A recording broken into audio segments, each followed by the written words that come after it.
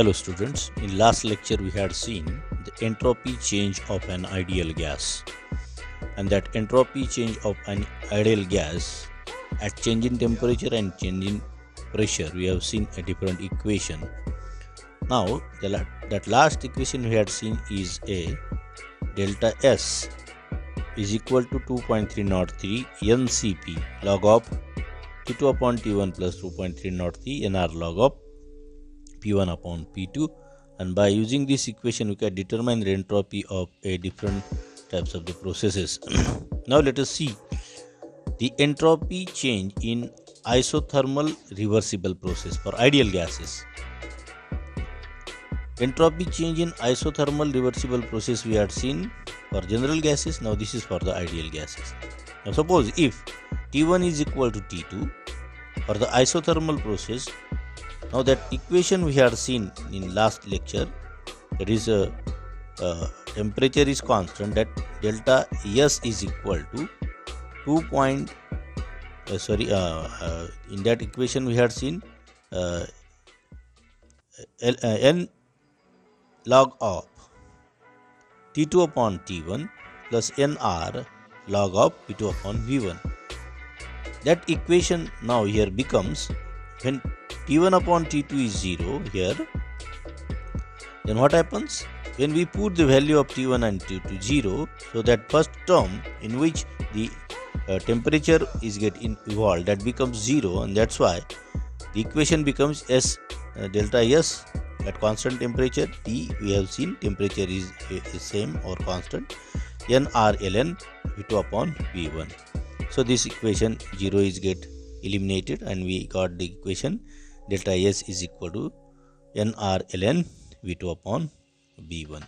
Now we had also seen one equation in which there is a term which is a volume term that becomes a constant. In that pressure and this equation. Here this equation. In this equation, this term T2 upon T1 it becomes 0, so we get this equation over here, delta S is equal to 0 NR ln P1 upon P2. So we get this equation for the ideal gas, delta ST is equal to NR ln P1 upon P2. Hence for isothermal process, what we can say here, for isothermal process, the change in entropy at constant temperature, we had converted this ln into the log, so value becomes delta S at constant temperature is equal to 2.303 NR log of V2 upon V1.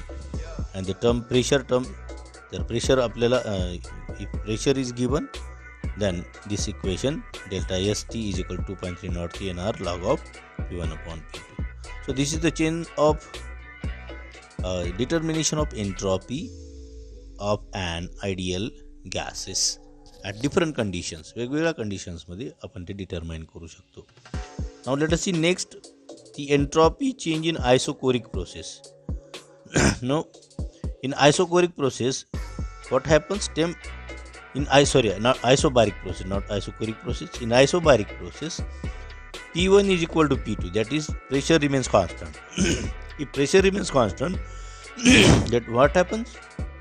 The equation what we had seen here, this equation 3.39 equation, this equation, if pressure is constant, then this P1 upon P2, this P1 is equal to P2, then this term becomes 0, and that's why this whole term becomes 0. ही पूर्ण term काय होईल? 0 होईल, कारण P1 is equal to P2 आहे. त्यामुळे आपल्याला equation फक्त काय होईल? Delta S is equal to NCP log of T2 upon T1. हे इक्वेशन असेल तुम्हाला.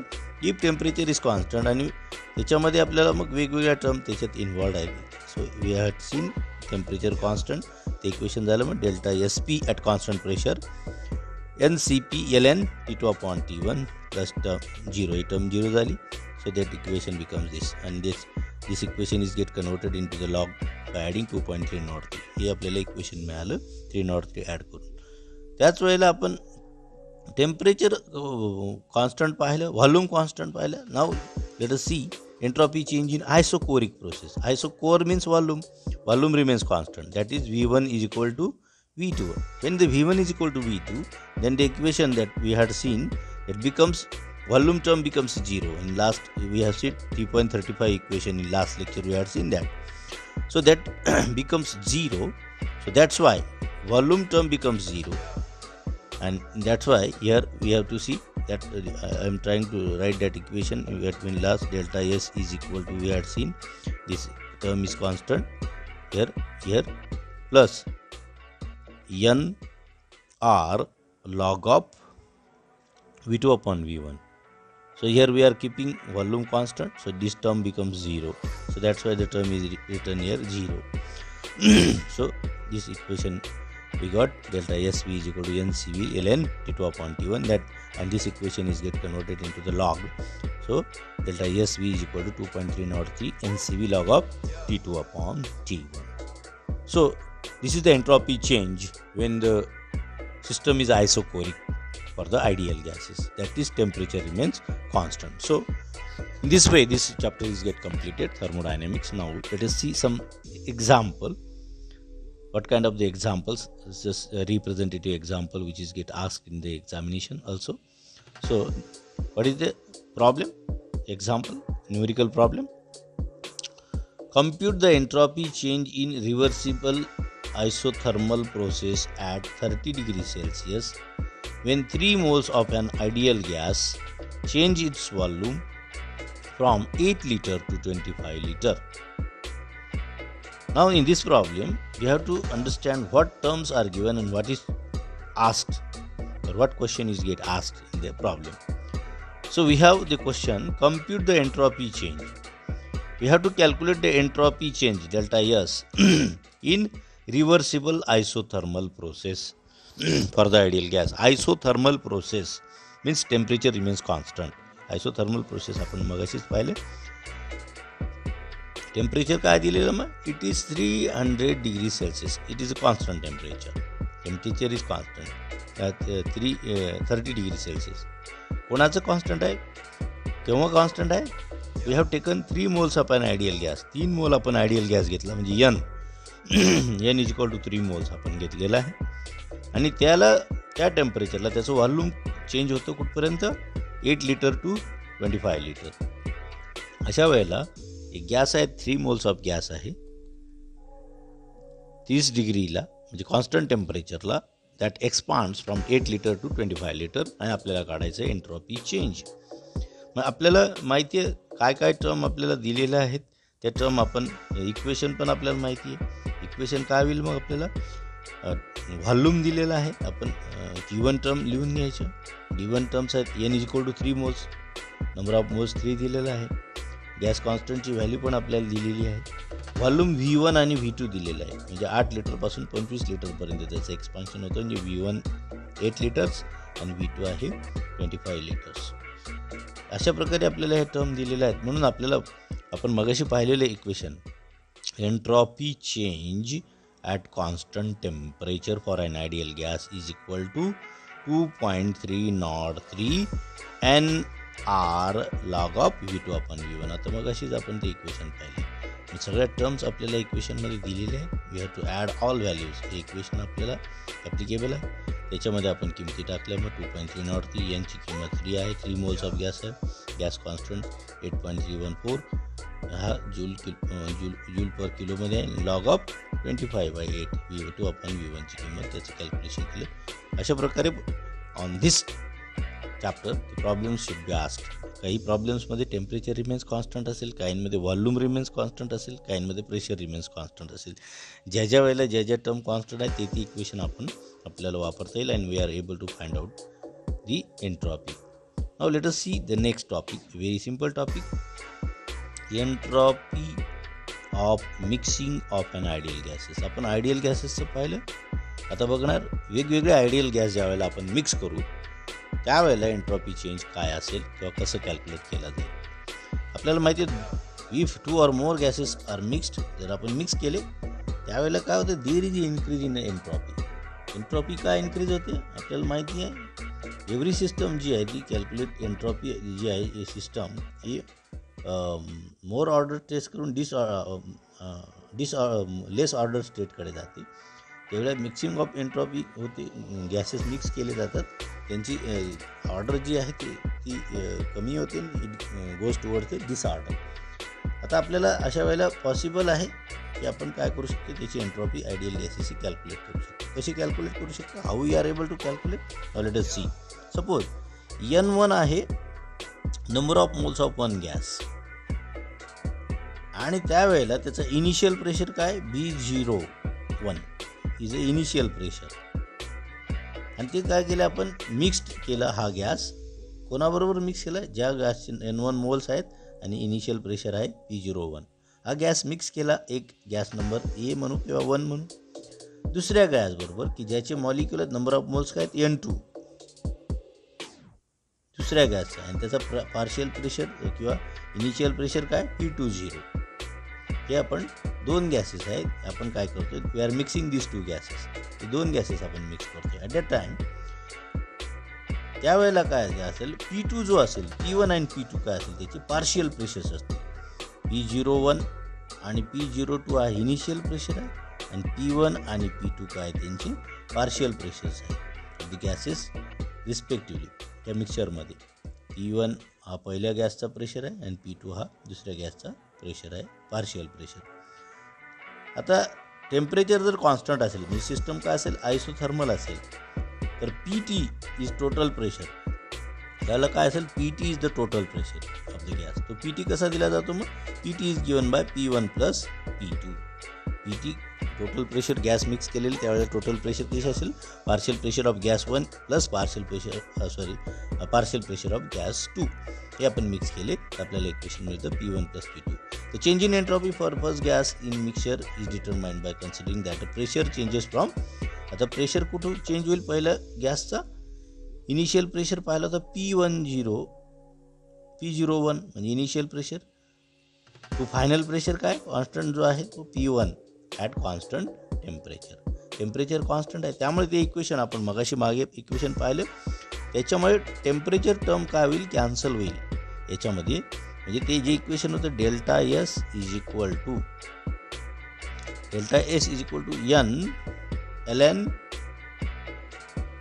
T2/T1 plus NR log of T2/T1. हे जे इक्वेशन होतं त्याच्यामध्ये काय होईल, टेम्परेचर कॉन्स्टंट आहे म्हणून ही टर्म काय होईल, 0 होईल. आणि याच्यामध्ये आपल्याला इनिशियल प्रेशर म्हणजे P1 जो आहे, प्रेशर याच्यामध्ये P1/P2 असं इक्वेशन आहे. त्याच्यामध्ये P1 हा इनिशियल प्रेशर आहे आणि P2 हा फायनल प्रेशर आहे. पण ह्या ठिकाणी आपल्याला काय, यार P01 हा इनिशियल प्रेशर आहे आणि P1 हा फायनल प्रेशर आहे. तर ही टर्म फक्त शिल्लक राहील, म्हणजेच आपण इक्वेशन होईल आपलं delta S is equal to for gas 1 NR ln P0/P1. आता सिमिलरली आपण गॅस 2 साठी आपण लिहू शकतो. गॅस 2 साठी काय आहे, इनिशियल प्रेशर त्याचा आहे P02 आणि फायनल प्रेशर ज्याचा आपण म्हणूया त्याला आपण P2 आहे.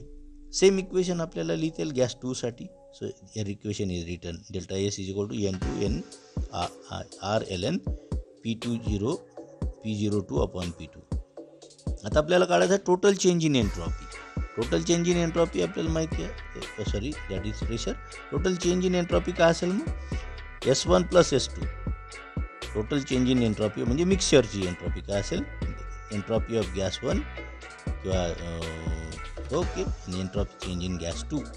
हे दोघी इक्वेशन आपण मिक्स सम केली, त्यांची बेरीज केली तर टोटल चेंज इन एन्ट्रॉपी आपल्याला मिळेल. मग ते इक्वेशन आपल्याला मिळालं, delta SM is equal to delta S1 ची किंमत आहे N1 R ln P0/P2 plus S2 ची किंमत आहे दिस N2 R ln P02/P2.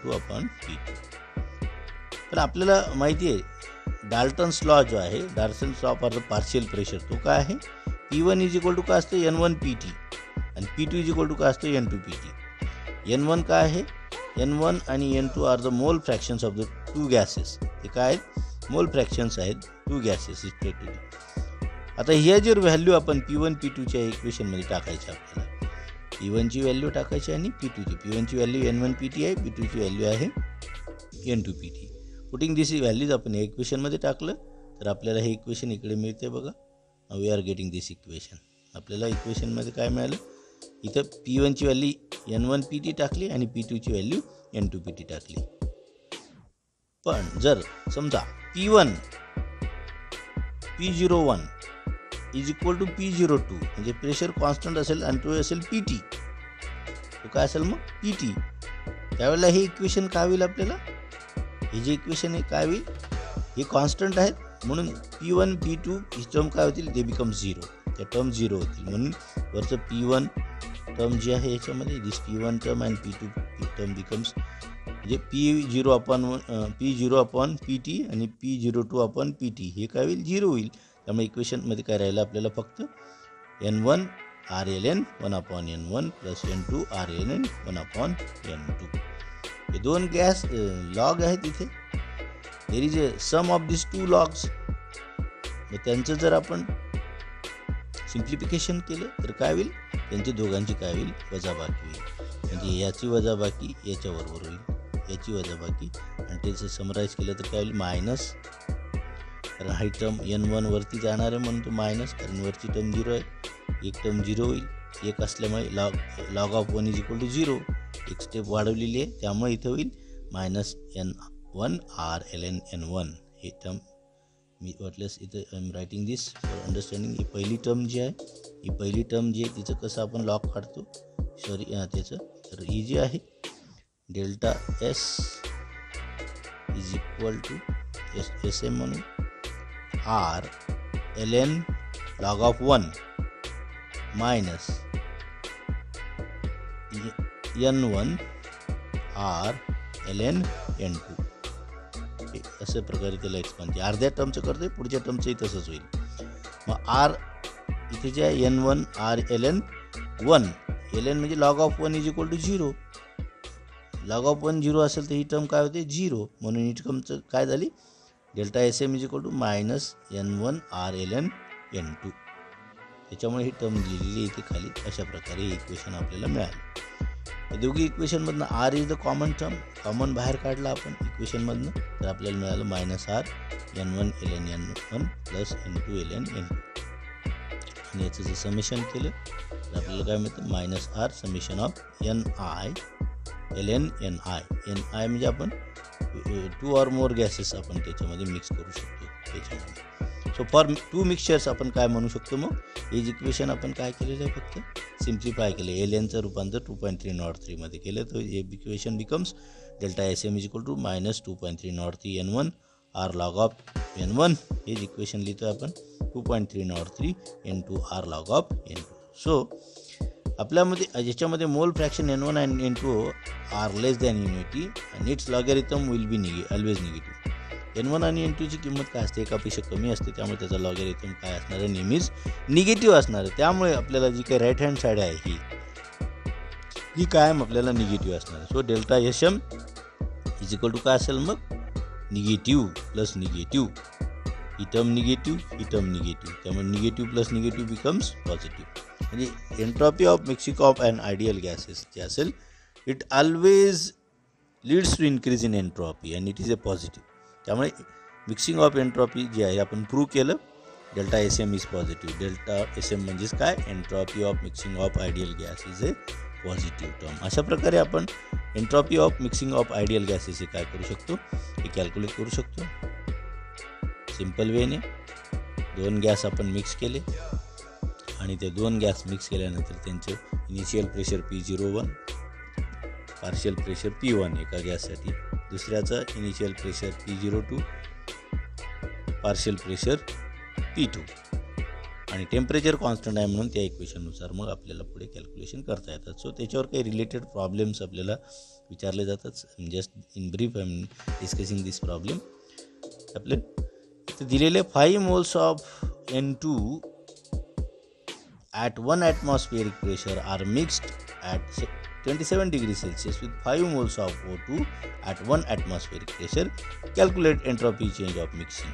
Entropy change of mixing विचारलेलं आहे. म्हणजे नायट्रोजन N2 गॅस दिलेला आहे पहिला जो गॅस आहे 5 मोल्स ऑफ नायट्रोजन गॅस आहे 1 ॲटमॉस्फिअरिक प्रेशरला. त्याचं प्रेशर काय 1 ॲटमॉस्फिअरिक प्रेशर. हा मिक्स केलेला आहे कोणाबरोबर 5 मोल्स ऑफ ऑक्सिजन आणि प्रेशर काय 1 ॲटमॉस्फिअर. प्रेशर इज कॉन्स्टंट म्हणजे सारखाच प्रेशर आहे, not constant. Pressure is the same.